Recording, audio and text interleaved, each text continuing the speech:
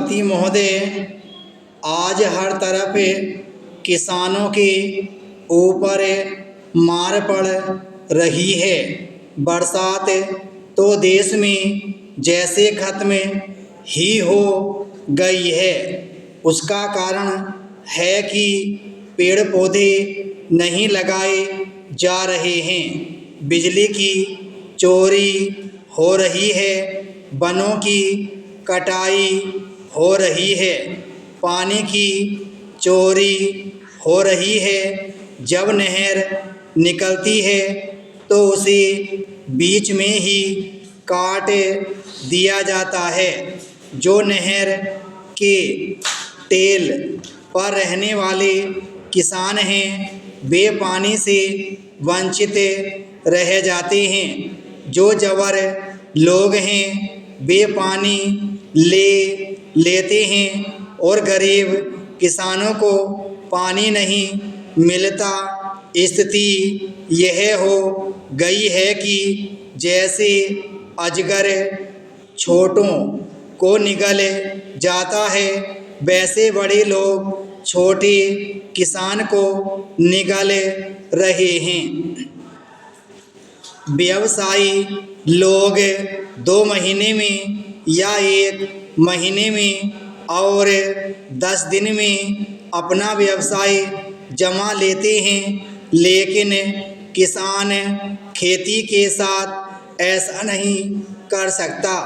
आयात निर्यात के दौरान अगर कृषि मंत्री जी या सरकार की तरफ से कोई नई खोज हुई हो, जैसे आजकल नए नए बीज आ रहे हैं, तो मेरा मानना यह है कि हो सकता है कि ऐसा कोई शोध करके इनके पास कोई नतीजा आया हो कि उसमें बीज डालते ही फसल एकदम पैदा हो जाती हो।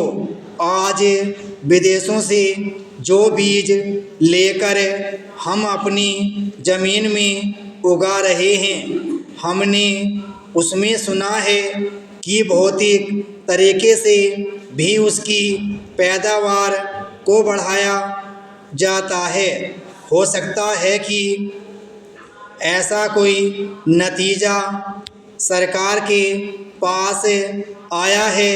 इसी वजह से प्रधानमंत्री जी ने कहा है कि गेहूं और चावल की खेती बंद कर दें और तरकारी उगाएं, फल उगाएं।